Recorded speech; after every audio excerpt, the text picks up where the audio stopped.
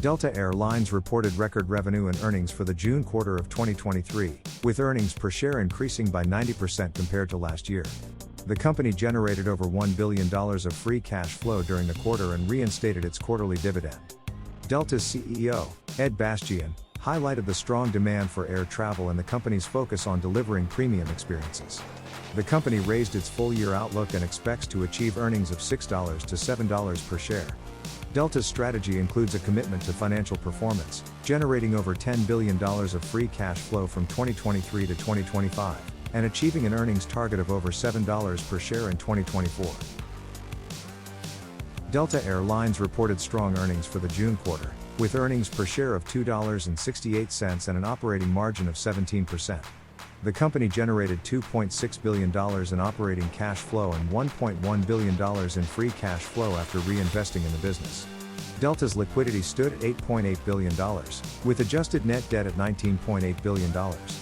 The airline plans to repay over $4 billion of debt this year, resulting in lower interest costs.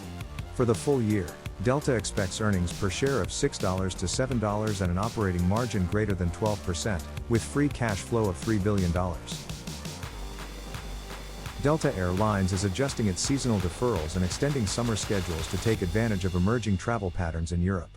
The company aims to create a network that generates strong returns throughout the year.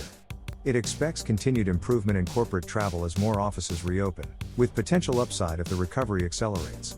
Delta's international capacity growth is expected to align with domestic growth as it moves towards a more normal growth cycle.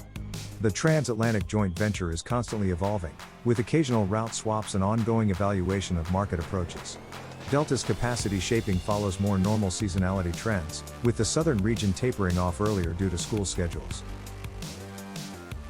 Analysts questioned Delta Air Lines about their revenue outlook for the fourth quarter and if there were any changes in approach to off-peak periods. Delta stated that they have limited visibility on 4Q but expect strong travel during October and the holiday season.